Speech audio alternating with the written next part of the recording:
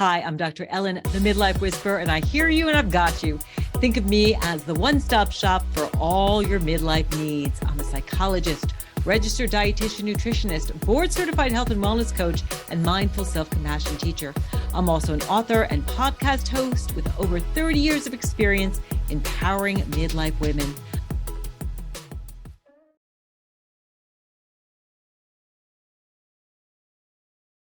Hey everybody, Dr. Ellen here, the Midlife Whisperer. Welcome. We have an awesome show planned for you today. If you are a new listener, I'm so thrilled to have you here. And if you're returning, thanks for listening again. We have listeners all over the world. And today we are actually going to be talking about things happening all over the world, transforming ourselves, transforming the world. I know we have people from Australia, from the UK, from Spain, from Japan, from Russia, from Ukraine. And it's just so lovely to meet all you amazing midlifers here and help you rock your midlife. So I have a question for you. Are you feeling stuck? Because this is something that I hear from midlife women all the time. And are you wondering how you can change your life and have a bigger impact on the world?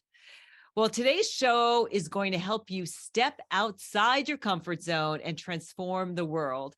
I'm talking with two absolutely incredible women, digital nomad Michelle Fishburne, who traveled all over the United States, interviewing people about what they lost and found during the COVID-19 pandemic. And then I will be talking with another incredible woman, humanitarian Jane Olson, about her remarkable and courageous journeys to countries broken by violence and war. And she's been all over the place, and I can't wait to dig in with her and just get a sense of how she was brave enough, both of these women, so incredibly brave. And I know that they're going to inspire you too, to get unstuck, step outside your comfort zone and live life to the fullest. And I think all of us have had to step outside our comfort zones over the last 3 years. I think we're all looking back and going, my gosh, how much have you changed over the last 3 years? I know I have. I know when the pandemic hit, I was in a very, very different place. I was living in a same state, but very different. I was living in Burlington, Vermont, and I was trying to break up with somebody and go out on my own. And now I am living kind of way out in the country on this amazing romantic island with an incredible man. I got engaged during the pandemic, and I also went through breast cancer, which was crazy. So I've changed a lot, and most of us have transformed, right? Since 2020. The COVID-19 pandemic caused so much uncertainty, disrupted our lives, forced most of us to spend a lot of time alone, thinking about who am I? Like when you have to spend all the time alone, you just you can't lean into your old ways of being. You really have to figure out who am I and what am I doing here? And then for a lot of other midlife women, they were enjoying being alone or empty nest. And all of a sudden the kids came back and disrupted things. And that really caused a lot of disruption. And then, many of us started working remotely.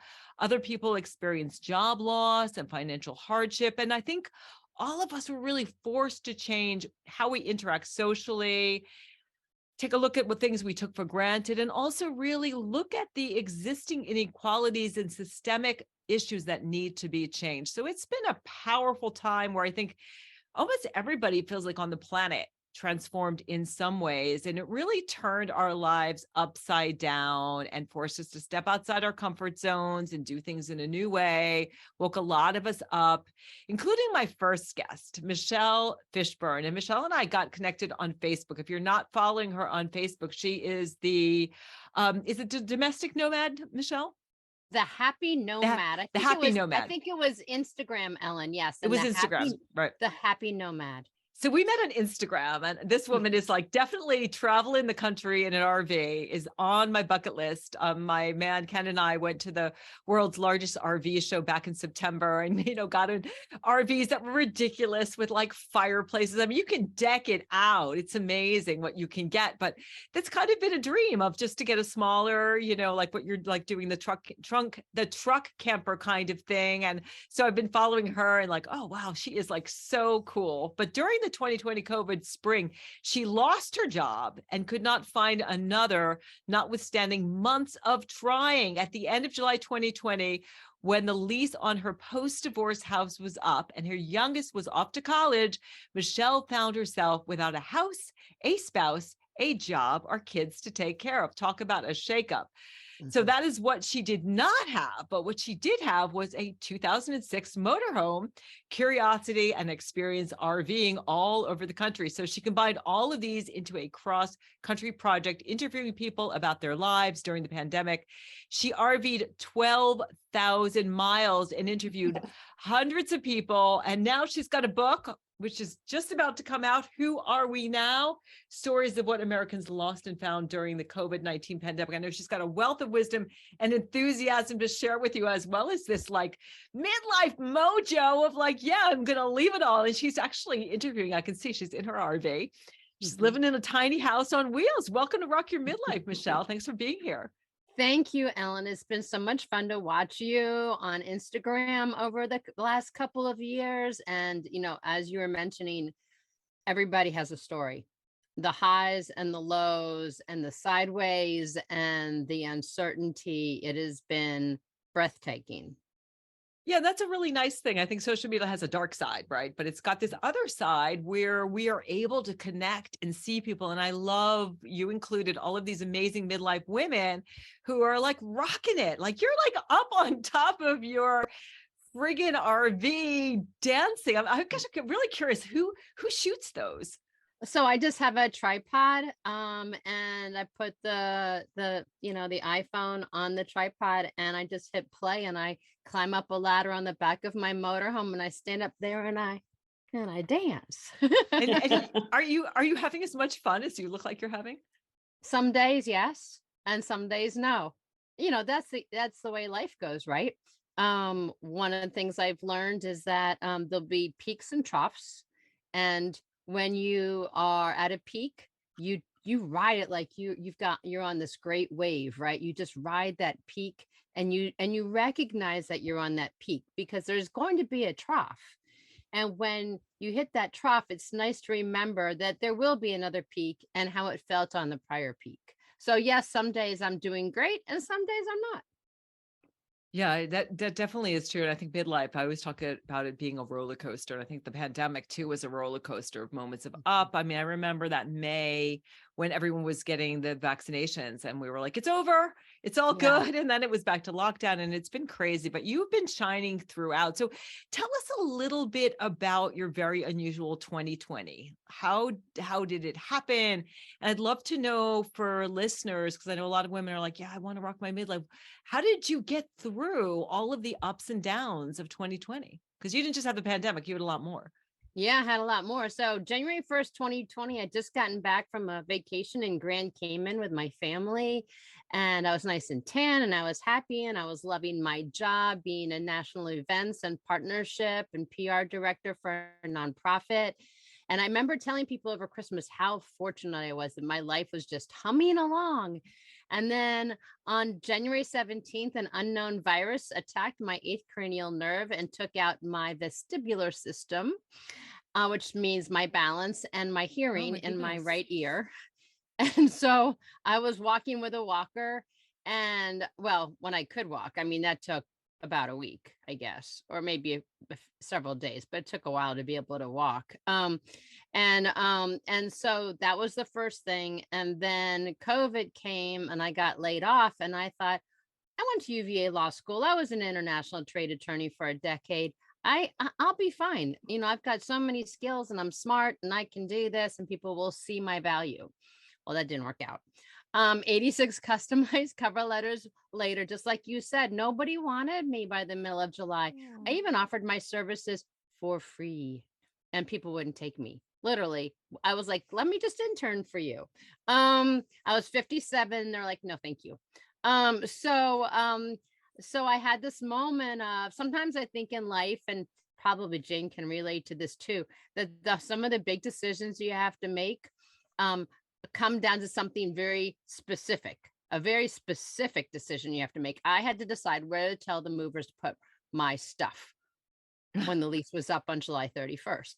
And I thought, well, does it make any sense to get an apartment or rent a place? Because I have no idea where I'll have to go to get a job, right? So I thought, okay, well, I have my 2006 motorhome. I homeschooled my children. I road schooled them in my motorhome once for 10 months when they were 4 and 7, and once for 4 months when they were 7 and 9. So, like, driving around the United States in my motorhome and living in it, it's no big deal for me. I know how to do that. And I thought, okay, I'll move into the motorhome. And then I thought, I'll just consult my way to the next job. And then I realized that I would wake up every morning terrified. So action is the antidote to fear. I just got in the motorhome. I decided I'd do a project like Humans of New York, but call it Americans of the Pandemic, which then became Who We Are Now. And I just took off and I interviewed whoever I could find. That was a little hard when everybody was alone in their homes and nobody was out on the streets, which is why there's an empty Los Angeles freeway on the front of the book. It's hard to interview people when nobody's out. So I had to find some clever ways to do that. But I interviewed several hundred people, and 100 of their first person stories are in the book. That's amazing. And I didn't know. I was reading initially the forward, and you had no idea that this was going to turn into a book. No. It wasn't supposed to be a book. And when I was out on the road and people said, "Oh, this is a book," and I said, No. It's just a project because I'm interested and I'm sharing it out, but I hope I can use this project to get a job, because that was the idea, is to get a job in December 2020. But then people started saying, "But this is history. You're gathering history. That's it. It's just going to go on a website." And then all of a sudden I realized, oh, wow, what I'm doing is different than what I thought I was doing.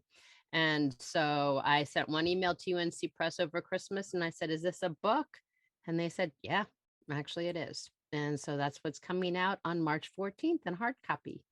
That is so exciting. It's such an amazing story because it's really hard to find a publisher. As someone who's written 5 books, some with major publishers, some self-published, but it's such a great story. And it's also such a great example of what I tell to midlife women all the time. You got to put your foot on the gas. Like, you have no idea what's going to happen. But if you stay frozen in fear, if you do the duck and covers, which I think for most women I meet, it's like duck under the covers with Lay's, potato chips, and Netflix. And we lean into the alcohol, the shopping, the food, all of those things, because we're so scared and we're so stuck. But if you Yeah. can just, like you said, well, it made sense. I just got in the motorhome and then I started talking to people, and here I am with this book coming out that I'm sure you're getting a ton of press about it. It's going to do great. Well, thank you. I mean, I think that I told them I really didn't want to have my own story in the book, although they forced me to. So it's the last story, because I just really wanted to be the person who just offers them up. And some people say, "Well, what are your big takeaways from the pandemic?" And UNC Press wanted me to do that too. And I'm like, that's not me. Like, what I want to do is just offer up the 100 stories so that everybody can take what they need to take from the book. And what I'm hearing from people and from book clubs is, number one, the book clubs are having so much fun because they're talking about when they're wiping down the mail or what it was like to be stuck at home. And then these lovely moments, like we had some campfires outside, or we took these lovely walks, or I decided to do this differently. And so people are telling me that it's healing and it's helping them process what we all went through. And parts of the country went through this very, very differently. And that's really eye-opening as well.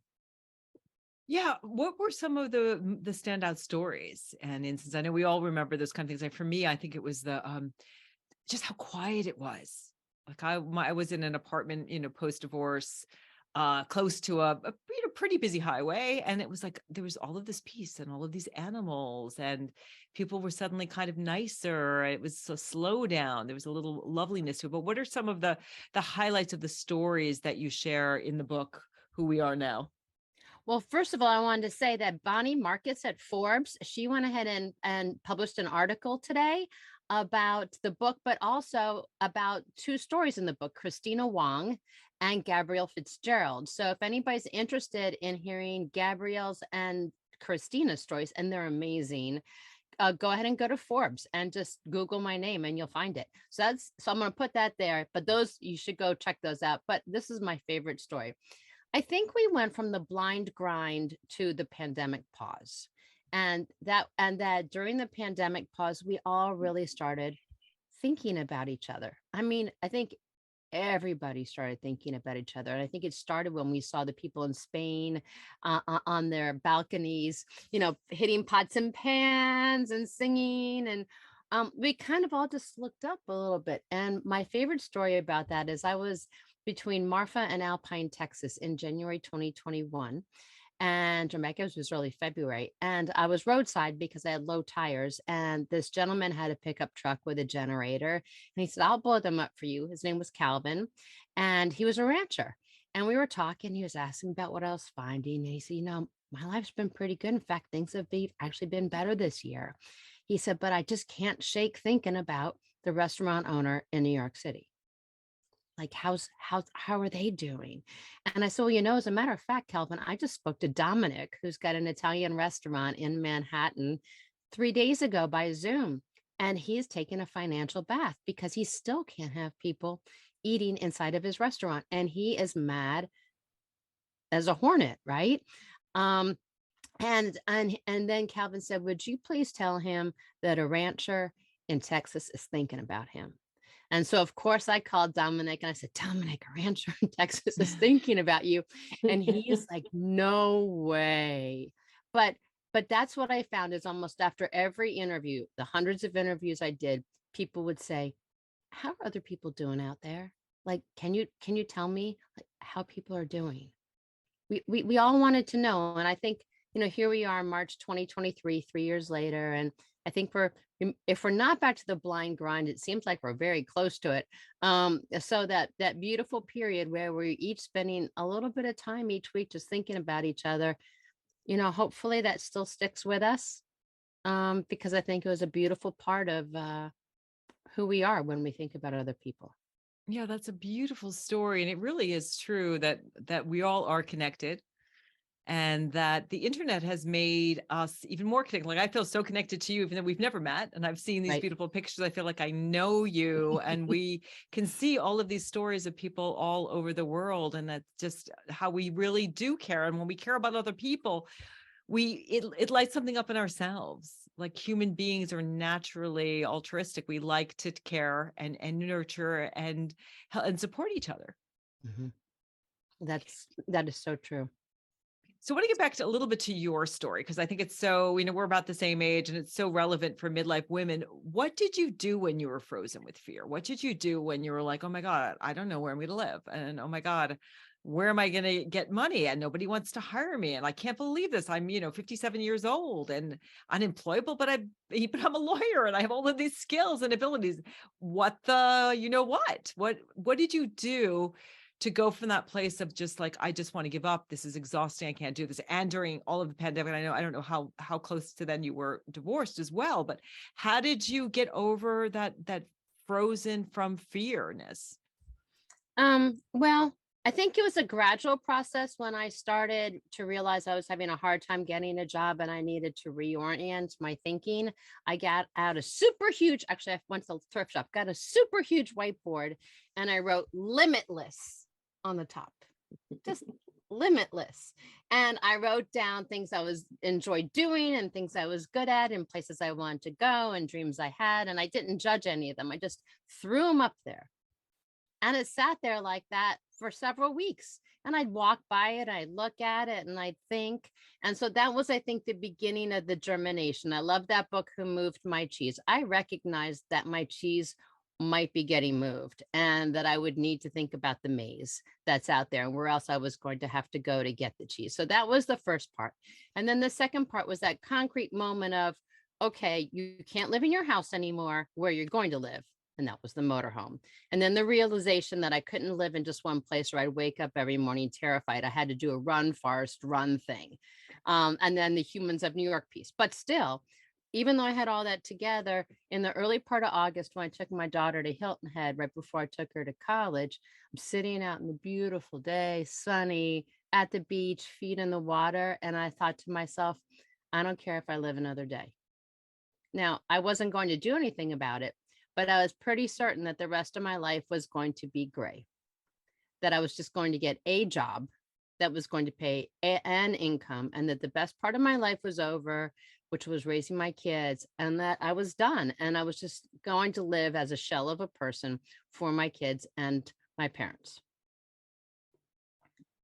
So I guess you could say that was the nadir, right? Yeah. But then since I had already said I was going to get in the motorhome and start going, that action is the antidote to fear that really kicked in. And though I think this is really the kicker, I wasn't thinking about myself. Every day when I woke up, I was thinking, who can I meet today? Oh my gosh, that story I heard yesterday. Oh, what's this person going to say? And so I thought about everybody else except myself during all those months, all those 12,000 miles. And I think that really saved me because I don't know, it just flowed. And um I know I'm sorry. I don't have anything to go with that because this is the first time I've said that.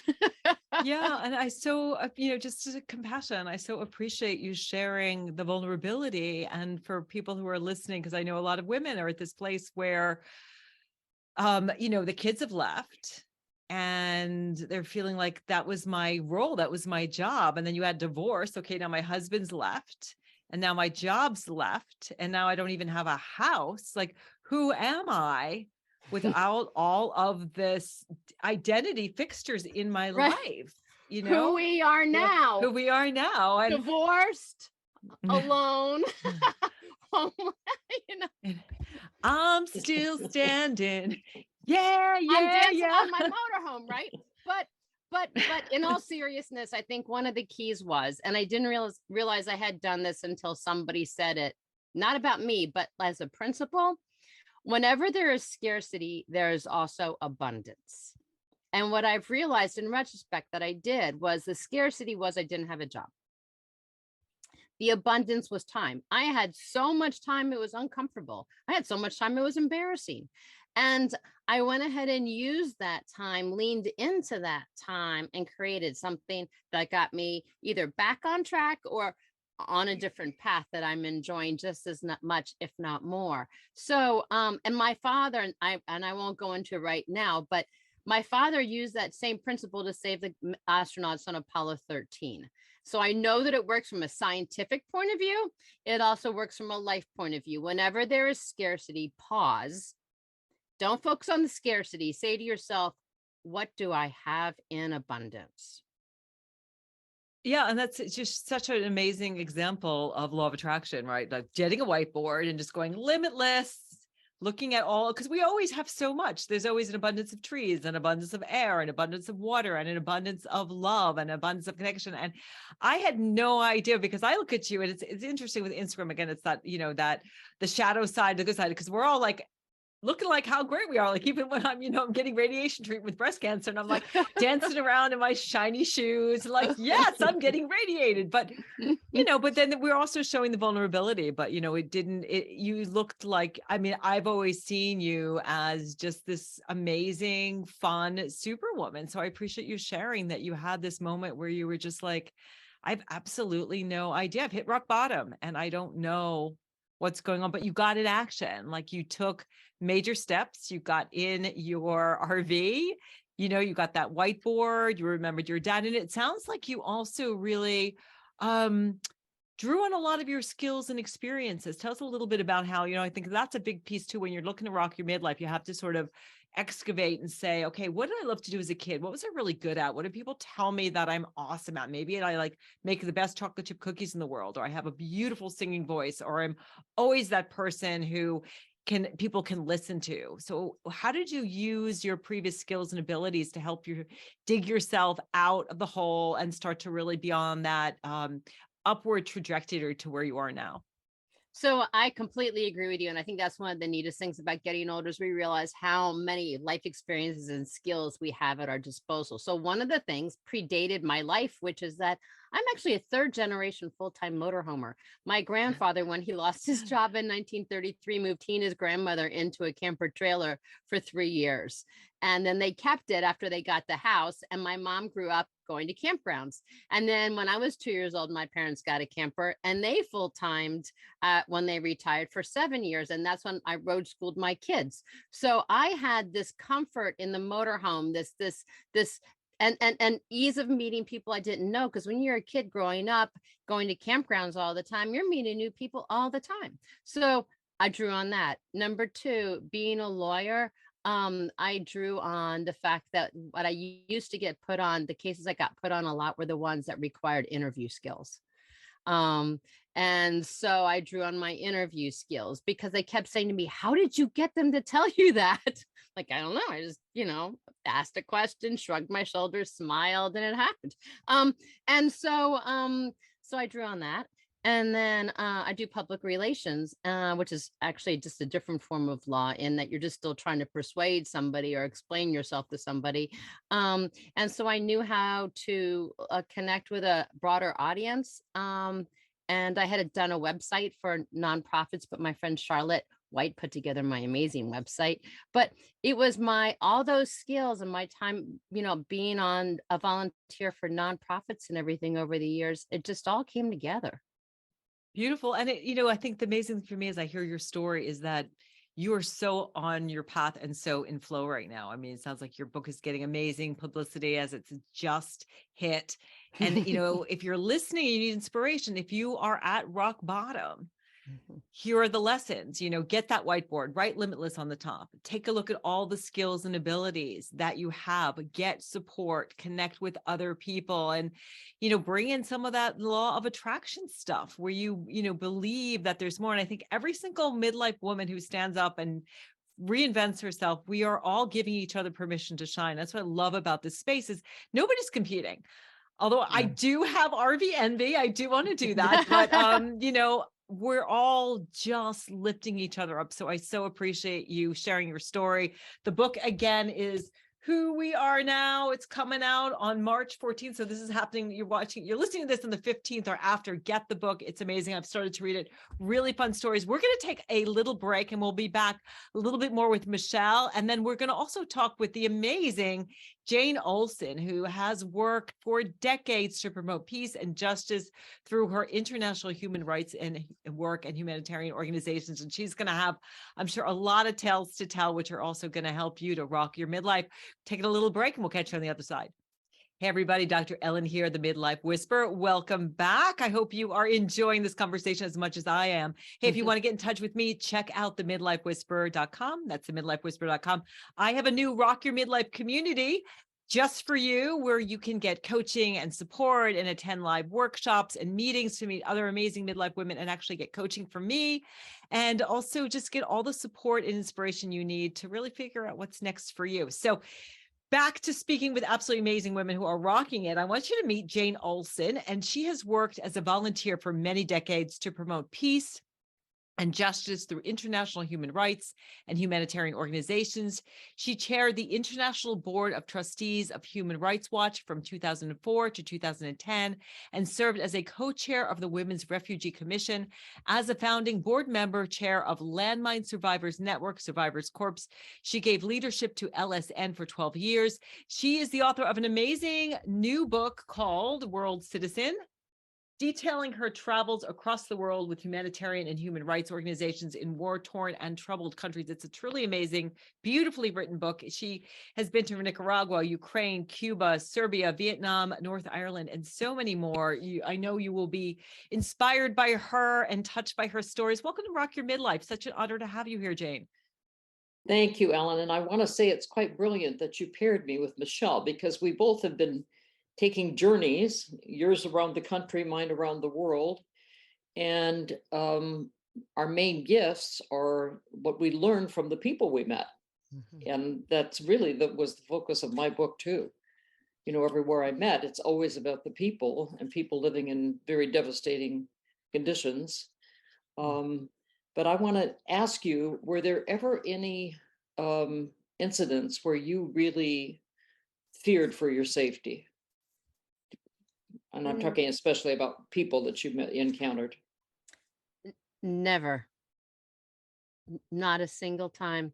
Now, if you want to take me all the way back to when my road schooled my kids when they were 4 and 7, our very first night, just the three of us out on the road, we were out in Missouri, and we were at a state park that had nobody there, and it was dark, dark, dark, and there was no campground host, and there was a beat up old sedan that was driving around, and I just did not feel comfortable. And so I said to the kids, "We're going to drive back to that Walmart and we're going to stay there. And we did. And so I was grateful that Walmart was there, but I've never ever, other than that one time where it's just like a little bit on the back of my neck, I've never felt any fear and never had any incidents. Well, good for you for listening to your knowing, following your knowing. But Because- certainly dealing with so much fear in terms of like life circumstances too. And I think the universe is always giving us lessons to grow and face our fears Right. and do what we need to do. And usually we find that when we face our fears, everything we want is on the other side of fear. Right. So speaking of fear, so I have the same question for you, Jane. I know reading, I've started to read your brilliant book and your writing is beautiful. Did you study writing at all at any Yes, point in your life? yes, I did. Yes, creative writing and journalism. I was Was it, trained as an investigative reporter and photographer. So you see there are more than 200 photos, my own photos in the book. yeah, it is. It's Yeah. beautiful just seeing people and connecting with people and seeing that we really are one. So tell us, about a couple of before you sort of dig into your why and how you got there. I'm just giving you the same question that you asked Michelle. Tell us about one or two incidents where you were truly in danger and how did you deal with that fear? Well, I put one chapter in the book that is called A Rude Awakening. And it's an incident that I never told anybody about. I didn't tell my husband, other than the woman I was traveling with. I told no one. And it was during the ethnic cleansing war in Bosnia Herzegovina in the former Yugoslavia. It was late in the war. I'd already taken about 6 different trips to the former Yugoslavia with different international humanitarian organizations. I became rather obsessed with that war because it was a war focused on civilians and because it was so brutal, especially to women. Rape was being used as a weapon of war, a strategy of war, actually. And in this particular case, it was late in the war, and most of the remaining Bosnian, ethnic Bosnians who were still in the country had been pushed into the center of the country. And it was, towns that, villages that used to have a few thousand people now had 50 and 60,000 internally displaced people. A refugee is when you're forced to cross the border of your country, but if you're forced out of your home and community but stay within your country, it's called IDP, or internally displaced. And we were there meeting with women and girls who had just horrendous stories to tell of rape. Also a hospital that had been abandoned during shelling, a hospital for mentally and physically disabled children and adults. Shelling had started around them, and all the doctors and the nurses fled and abandoned this hospital. And we were there touring that facility and talking to some of the patients and finding out what had happened. So I was absolutely exhausted. We were staying in this really crummy former, I guess it was a former resort, very modest accommodations. And in the middle of the night, and I was with my travel companion, who's a woman about 10 years younger than I, who was staff for the organization we were traveling with, and I was a volunteer. But I really had much more experience than she. And in the middle of the night, there was a knock on our door, and we were in twin beds. My bed was right next to the door, so I jumped up and opened the door, and here were 2 men, very, sort of dirty and whiskered and exhausted looking men. One of them spoke a bit of English, and he said, "We want you to come with us. I have evidence of torture and rape that's been perpetrated against our people." At the time, I was on the board of Human Rights Watch, and so of course my ears perked up. Evidence, evidence. So I told my companion to get up, and we threw on jeans and parkas. It was late fall and very cold, and we went out very stupidly. Went out and got in this car. There were 4 men altogether, and we crowded into the back seat, and they drove us, I don't know, maybe 20 minutes outside of this refugee center. to a small house where I guess it was on a farm. I couldn't really see, it was so dark, where there were other men, and it just smelled horribly of cigarettes and body odor and so on. And we were ushered in. It was very dimly lit, but there was a man sitting at a small table, like a cardboard side, a card table, folding card table sort of place. And in front of him, he had all these pictures of torture, pictures that had been drawn of how, in this case, the Serbs were the primary perpetrators. The Serbs had tortured Bosnian civilians. And he said he wanted us to know about this, and he wanted me to go back and tell the president of the United States what was happening. I was fascinated by the drawings. First of all, they were very well done. The person who did it was an artist of sorts, but the pictures were showing like a baby being thrown down a well, another small child being thrown into a bonfire, a picture of a man who's had each of his legs tied to a different tractor, and the tractor was driving off in a V formation, splitting him. I mean, horrendous things. And I suddenly realized that I knew that these men were Bosnians, and they were resistance fighters, Bosniak resistance fighters. But I looked at my travel companion, Angela, and I realized that we had no idea where we were, how stupid it was to be there. I asked them if I could take the drawings and leave, and they said, no, you can't. And I hadn't brought, this was before cell phones, cameras, and all that. I hadn't brought my camera, and I just realized we had to get out of there. So I said, I promise I will go back and I will report this. I've memorized every detail. Please take us back to the hotel. And they did. And the sad part of this is, I mean, I felt that I'd been completely irresponsible and ridiculous to even open the door in the first place. But I'd put myself and my companion in danger, and I never reported what I'd seen. Human Rights Watch could not have used it because I didn't have any names of evidence. I didn't have names of the perpetrators or the victims or dates or any evidence that could have been used. So I never told it. But when I was writing my book, I had finished the chapter of the incident that preceded this. And I got up at 5:30 in the morning the next morning, and I went to my computer, and all that chapter just came out of me. I felt like it had to be told, but it had to be told in a really honest way. This is an example of something really stupid that I did. It ended well, but I mean, kind of as a warning to others. Yeah, I'm War glad you're zones are not for okay. tourism. No, I'm glad to, gosh, that's a horrific story on so many levels. And I'm glad that you were okay. And I guess my next question is like, how did you get into this career as a humanitarian in earnest in your 40s? How does this come back? It's not like someone always wakes up one day and says, well, I'm going to go out there to some of the scariest places on the planet and see what I can do to try to alleviate some of the suffering. How did this come about? Well, one step at a time is the real answer.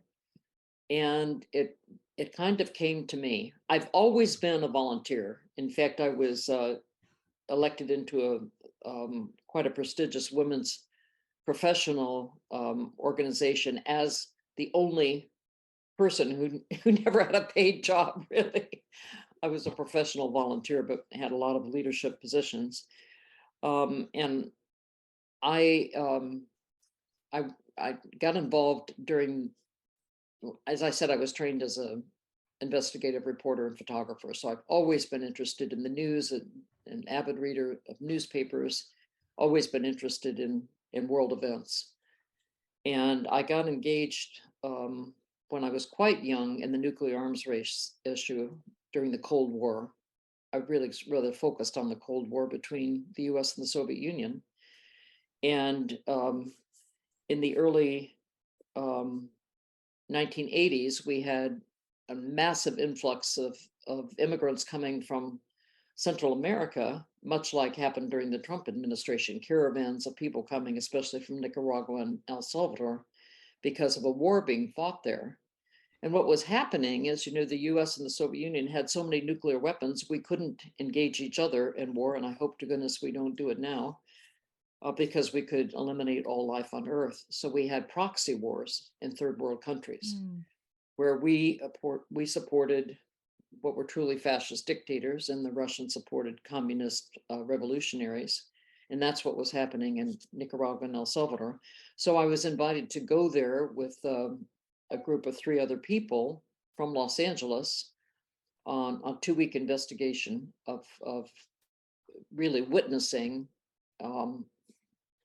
meeting people all over the country, but looking into whether what our government was claiming about the threat to US democracy being posed by these wars, or whether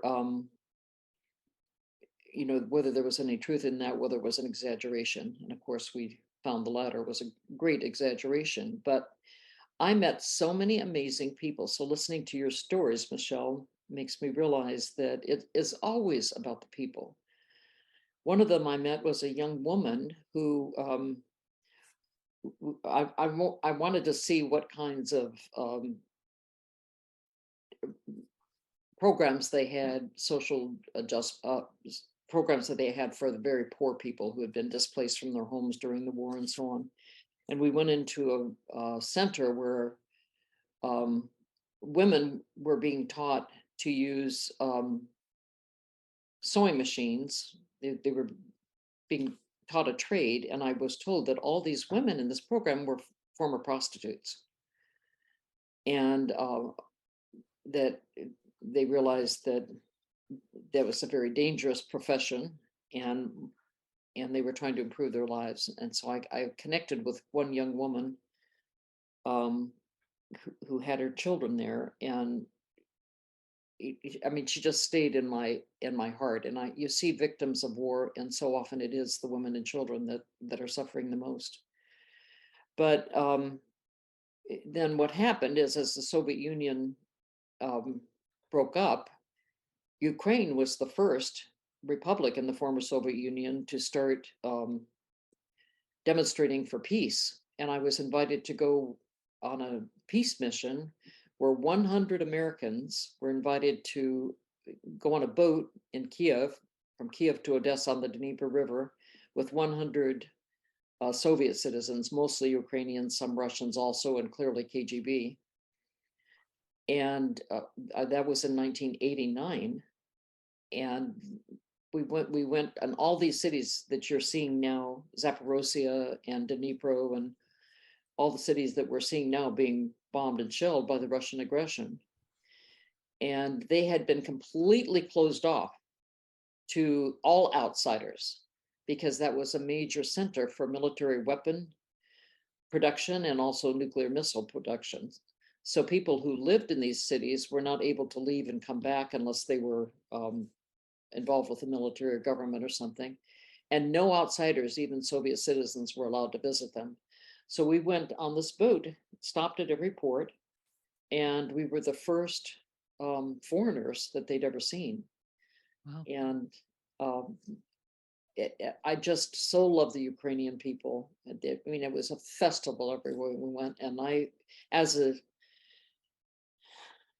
journalist, I always carried a journal and a camera, and I took pictures of everyone, and I had them write their names in Cyrillic, and then I identified what pictures they were. And when I came back, I wrote letters to each of them and sent them these photos. And it turned out that I was invited to return the next year. And when we got into Kiev, there were tens of thousands of people in Independence Square for a ceremony in which they tore down the hammer and sickle flag of the Soviet Union and raised that beautiful yellow and blue flag for the first time. And I happened to be wearing a dress of the same color. And so, I mean, it's just total coincidence. And I had my oldest daughter with me, and we were pushed forward and given flags, and we were up on the platform, dancing and waving our flags.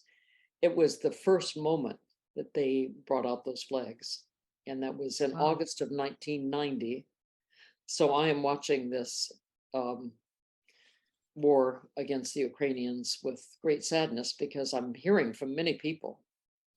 They're writing me about their experiences, and especially the men I met who were teenage boys at the time are now guarding their cities and wearing camouflage and going out at night, even the professional men who've never held a gun before. Yeah, I can imagine that it's very hard. And as I'm starting to read the book, I guess that what is in my mind is, how do you keep your hope? Or how do you not get overwhelmed? And that is something that happens to me so often, is I see all the suffering in the world. I read the paper every day and I look at everything that's going on, and I just feel like, our people who are listening, I feel like, what can each one of us individually do? How do you keep that light and that hope and faith that what you're doing is making a difference, and also not let the suffering that you're encountering overwhelm you? Well, I think it would be a great disservice to the people that you're visiting if you broke down. Certainly, I got tearful. I had my heart broken many times. There was a lot of sadness, but the joy and the hope is in the encounters with people. As Michelle was saying, you meet people who have lost everything. I mean, so many of these women who'd been held in rape camps in the former Yugoslavia, um, they had suffered just such grievous pain in every kind of level of pain, physical, emotional, and mental, and yet they they reached out so joyfully and were so glad to have someone who was willing to just sit and be with them, just to listen. And that's what gives me the hope. I saw so much resilience of the human body and resilience of the human spirit, and that's what gives me hope. And everywhere I went, I saw, especially women, because 80% of refugees are women and children, women forming communities. And there was one incident in the former Yugoslavia where there was a community that there were several thousand women and girls who'd been held in rape camps and been just tortured and abused horribly, who were rescued and trucked into this one center. And I met a woman named Mincy, she had seen her father and her husband killed. She had a young son with her. Her young son, since he hadn't spoken a word since his father had died, she'd been held for weeks and weeks and gang raped all during the day and night. I mean, just horrendous, horrendous story. But she said she had to stay alive for her son. And then she realized that she at least had a son and had had a husband, but she saw all of these hundreds of teenage girls coming in to this safe zone, and realized that they had been much more, they were much more devastated than she, because they had really lost everything and they had no family. And she reached out to help them and to get other older women to help these teenage girls. Yeah. So it is through that, there is a healing power to being able to Right. know that we can make a difference and we can help other people. We only have a few moments left, and I know Michelle's been listening intently, and she's got a question for you. So when I give her an opportunity, Michelle, do you have a question for Jane? Jane, I'm really intrigued, and one of the things that I had thought when I headed out in 2020 is that I was going to find people being despondent and people who were depressed and the people who lost somebody or the people who infected somebody. Um, but what I found was the opposite. I found what I think is pluck, spirit, and determined courage. And I'm wondering if that word resonates with you about what you found. Absolutely.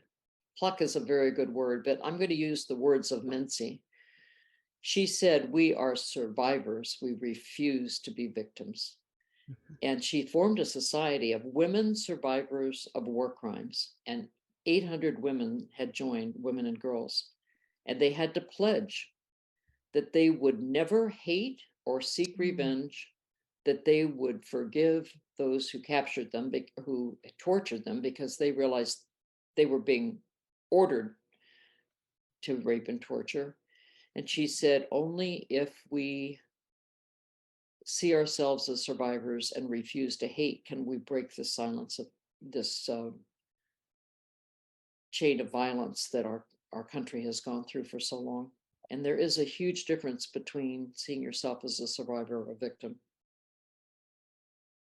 Absolutely.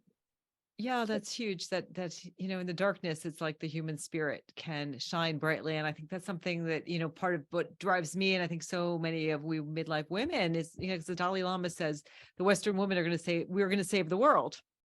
Yes. Because the world is going to, we haven't said it's going to hell in a handbasket, but there's certainly lots of really devastating places. And people like yourself and Michelle, both of you are just such beautiful lights to, trying to make a difference and finding that connection with other humans and realizing that we're really all in this together.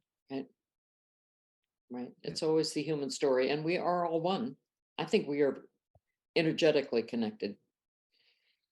Yeah. And we don't have too much time to talk about it, but you do mention too, that it seems like this Generation Z is really fired up. And I've got a 21-year and 25-year-old, and especially my 25-year-old, they are very much upset about the status of the world, but they're trying to do their thing. I don't know if that's your situation with your kids. Do you find your kids are full of kind of hope that things are going to get better? Mine are feeling a lot of anxiety and fear, and that is creating anger and a desire to do something. Yeah, it's coming from that anger place. And we have to, we're almost out of time. So I want to make sure that I give both of you guys an opportunity for people to reach you. Michelle, it's Who We Are Now is the book, and what's your website? Just go ahead and go to whowearenow.us. Pretty simple. You can find everything there. Whowearenow.us. Read the book. It is fabulous. And then your book, Jane, where can people get your book? World Citizen, also amazing, amazing book. And it's worldcitizenthebook.com.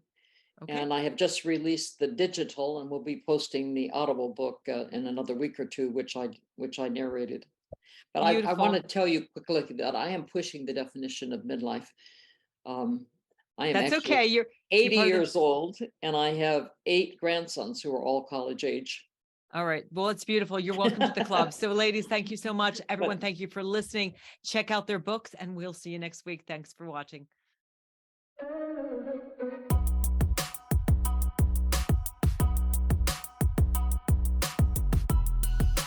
Midlife can be challenging.